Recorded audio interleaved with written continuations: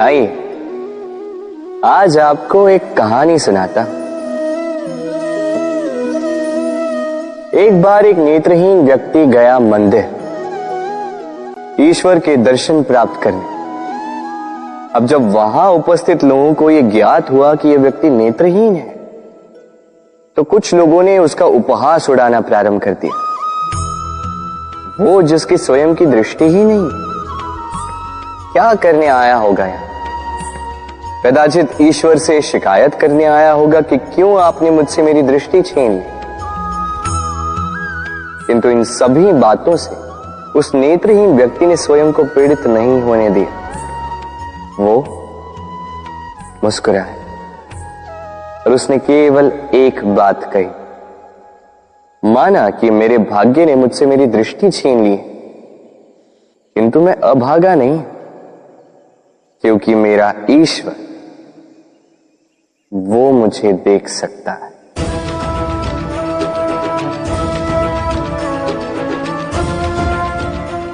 स्मरण रखिएगा, दृष्टि नहीं दृष्टिकोण आवश्यक है। यदि आपका दृष्टिकोण शुभ हो तो अशुभ में भी शुभ स्वयं दिखने लगता है और मन प्रसन्न होकर कहता, राधे राधे।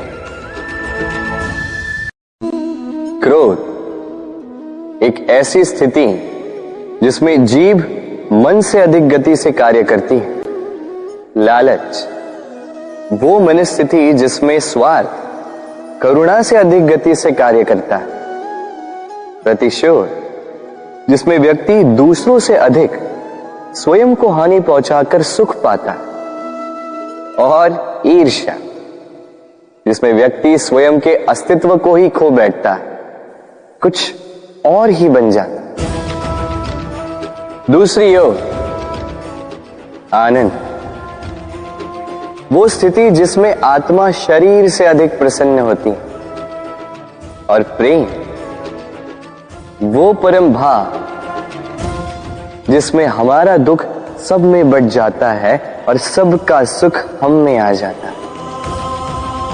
तो आपको क्रोध, ईर्ष्या, लालच और प्रतिशोध में रहना है या आनंद में रहकर प्रेम से ये जीवन व्यतीत करना है? निर्णय आपका है, क्योंकि मैं तो अपना निर्णय कब का ले चुका। राधे राधे। यदि जांचने जाओ तो ऐसा कोई रत्न नहीं जिसमें कोई खोट ना, किंतु यदि मन में बसा तो प्रत्येक रत्न हमारे लिए सर्वश्रेष्ठ। यदि परखने जाओ तो संसार में ऐसा कोई जीव नहीं जो सर्व से अधिक विषैला, किंतु यदि मानो तो ऐसा कोई जीव भी नहीं जो सर्व से अधिक सरल हो, जो केवल अपने पथ पर चलता है, जानकर किसी को हानि नहीं पहुंचाता। उसी प्रकार मनुष्य,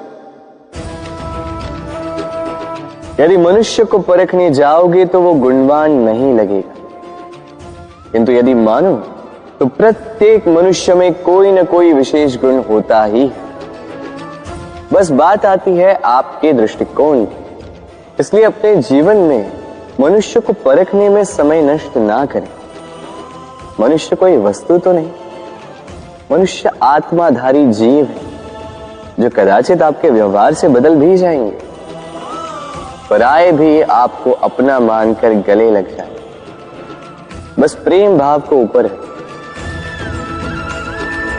राधे राधे।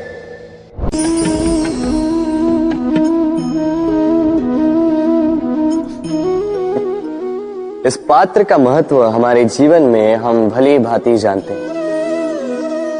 गर्मी की ऋतु में ये हमारी प्यास बुझाता है, शीतल जल को जैसे अमृत बनाकर हम तक सौंपता है। किंतु इस पात्र को बनाया कैसे जाता है? क्या इस प्रक्रिया के विषय में आपको ज्ञात है? सर्वप्रथम कुम्हार स्वयं के पैरों से माटी को गूंथता है, मथता है, फिर उसके पश्चात उसे एक चाक पर चढ़ाकर उसके पश्चात उसे चाक पर चढ़ाकर घुमाता है, फिर उसके ऊपर बाहर से प्रहार करता है और साथ ही भीतर से सहारा भी देता है ताकि ये मटका टूटे। फिर अपनी ही बनाई रचना को जलती हुई भट्टी में छोड़ देता है तपने के लिए, और उसके पश्चात शीतल जल देने वाला ये पात्र हमें प्राप्त होता है।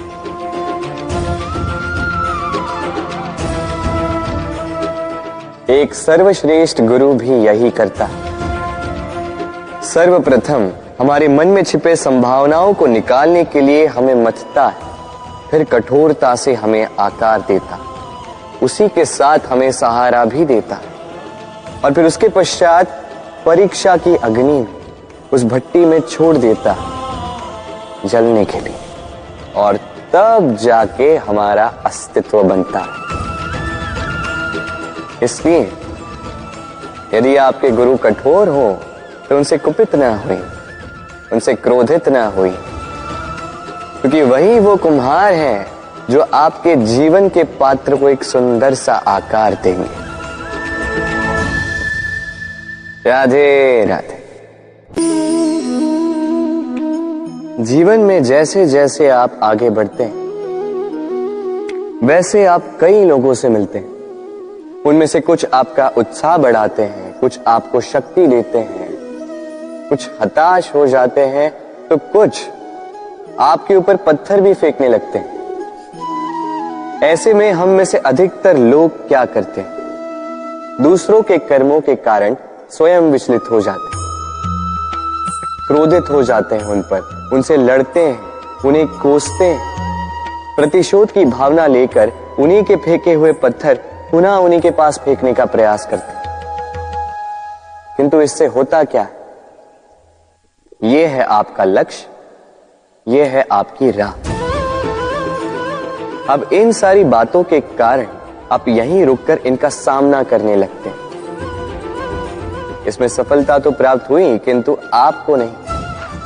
उन लोगों को जिन्होंने आपको रोकने की मंशा से आपके ऊपर पत्थर फेंकना प्रारंभ किया था, यदि उसके बदले उन पत्थरों को इकट्ठा करके आप अपना एक घर बना लें, तो आप पर पत्थर फेंकने वालों की संख्या धीरे धीरे कम होती जाएगी। आप भी अविचल होकर अपने लक्ष्य की ओर आगे बढ़ पाएंगे।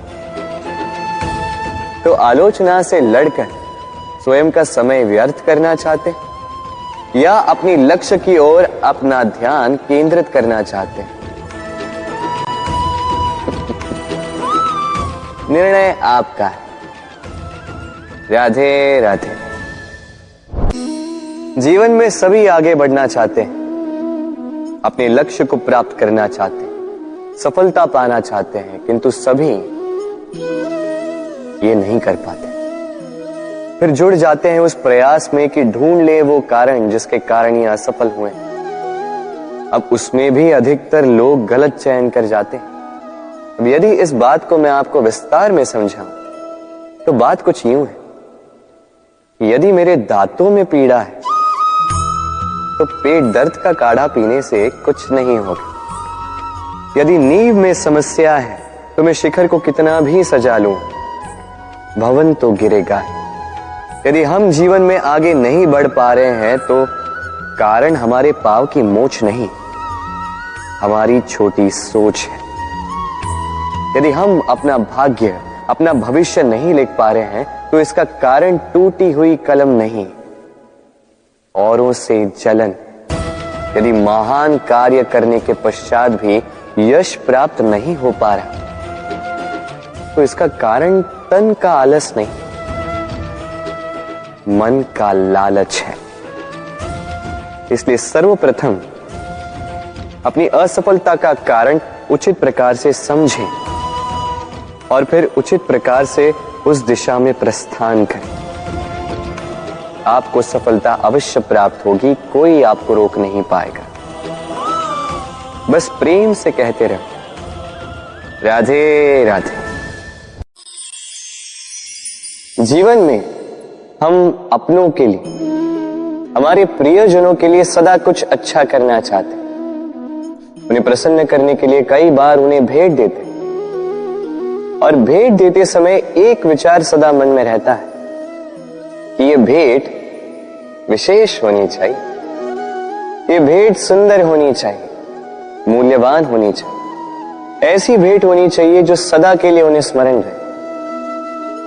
तो कुछ लोग चयन करते हैं उत्तम वस्त्रों का, कुछ लोग चयन करते हैं मूल्यवान आभूषणों का, किंतु क्या ये पर्याप्त?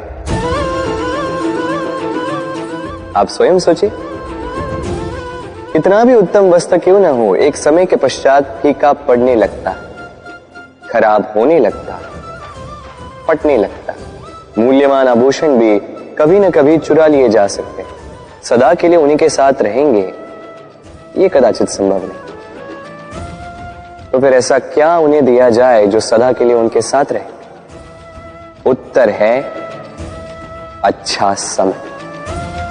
यदि आप किसी को उत्तम भेंट देना चाहते हैं तो उनके साथ उत्तम समय व्यतीत कीजिए, क्योंकि जैसे जैसे समय व्यतीत होता जाएगा ये पुराना नहीं होगा, ये सदा मन में जीवित रहेगा, और उन मुस्कुराहट के पलों को ना कोई उनसे छीन पाएगा ना ही चुरा पाएगा। तो आनंद के साथ समय व्यतीत करें और प्रेम से कहें राधे राधे।